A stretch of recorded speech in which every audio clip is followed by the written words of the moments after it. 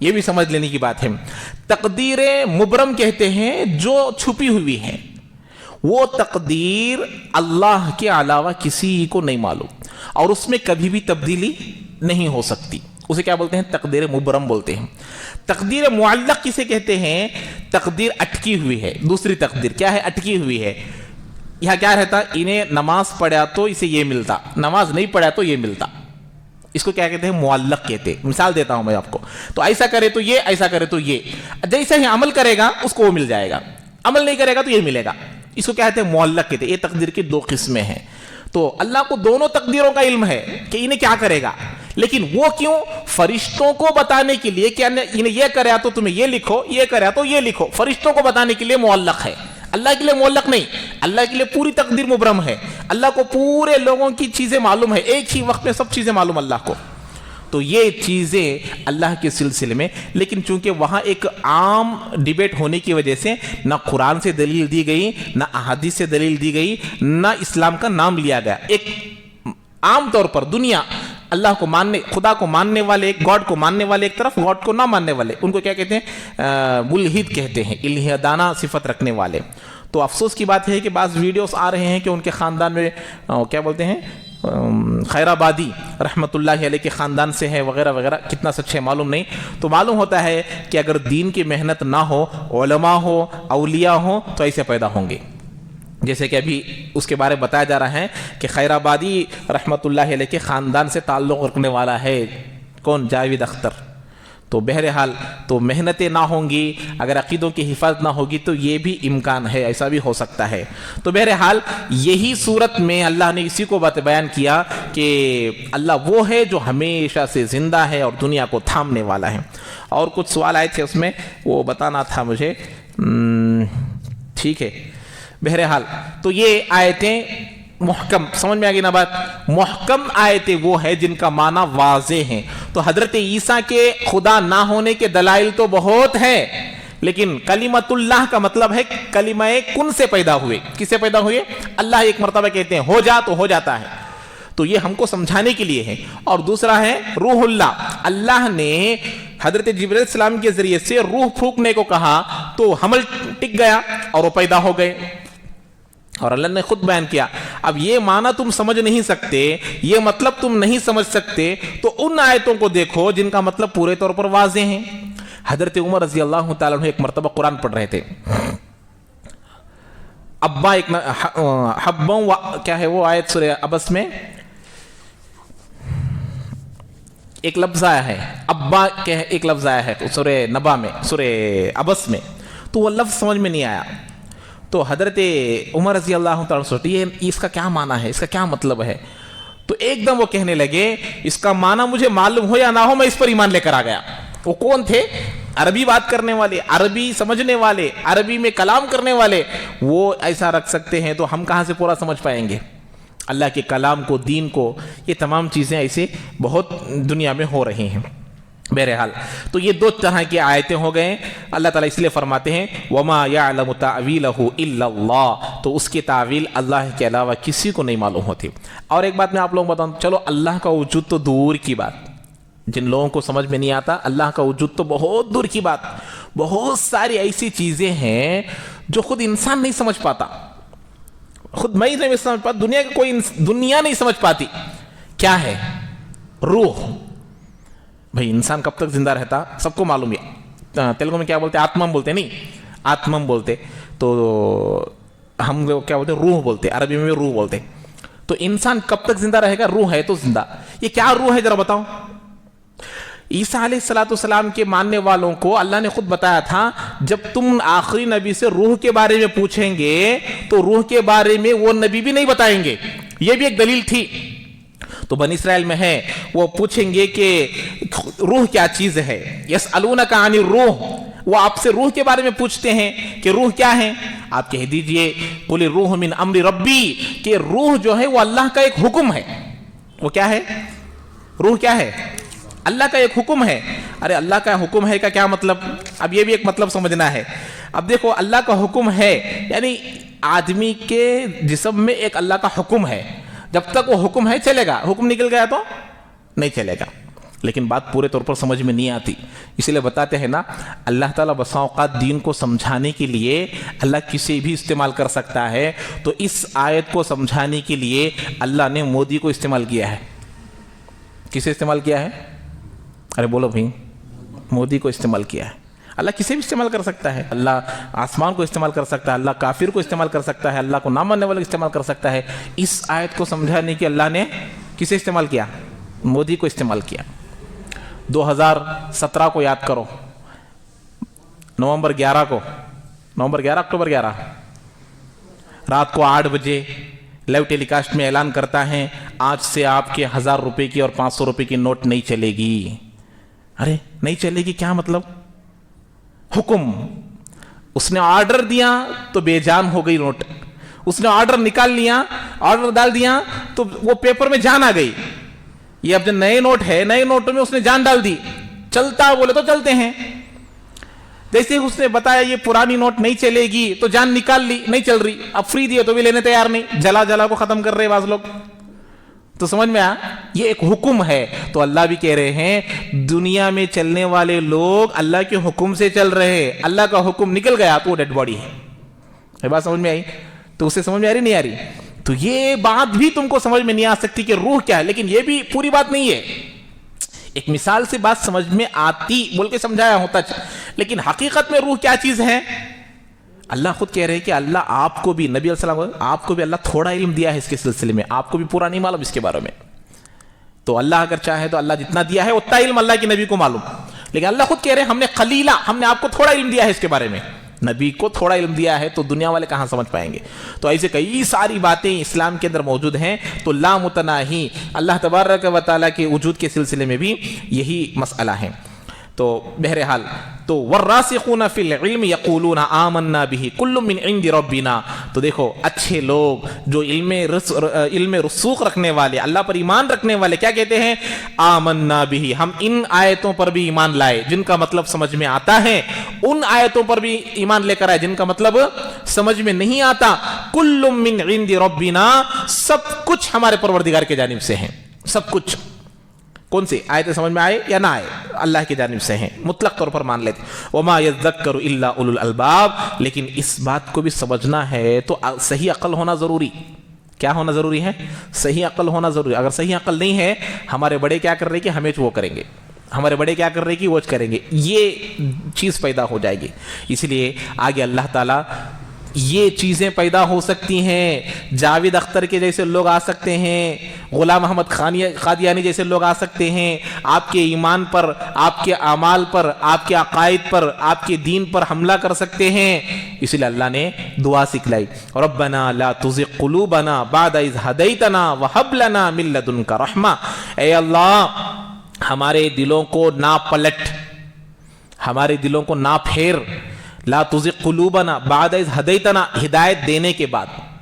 ارے ہدایت دینے کے بعد ہم کو گمراہ نہ کر. دیکھو اللہ سے دعا مانگ رہے ہیں, وہب لنا من لدنک رحمہ, اور اپنے جانب سے ہم کو رحمت دے. کون سی رحمت؟ دین پر جمے رہنے. یا مقلب القلوب ثبت قلوبنا علی دینک, ہمارے دلوں کو جمع. بتایا نا میں کئی بار آپ کو, قدم نہیں بولے اللہ تعالیٰ یہاں دعا میں, کیا سکھا اللہ کے نبی؟ قدموں کو نہیں بولے, قدم ہمارے قدموں کو دن پر جمع دے نہیں, قلوبنا ہمارے دلوں کو جمع دے. دل جم گیا تو قدم بھی جم جائیں گے, دل جم گیا تو سر بھی جم جائے گا, دل جم گیا تو آنکھیں بھی جم جائیں گے, دل نہیں جمع تو پورا جسم نہیں جمے گا. اس لیے ثبت قلوبنا علی دینک انک انت الوہاب, اور آپ ہی رحم کرنے والے ہیں.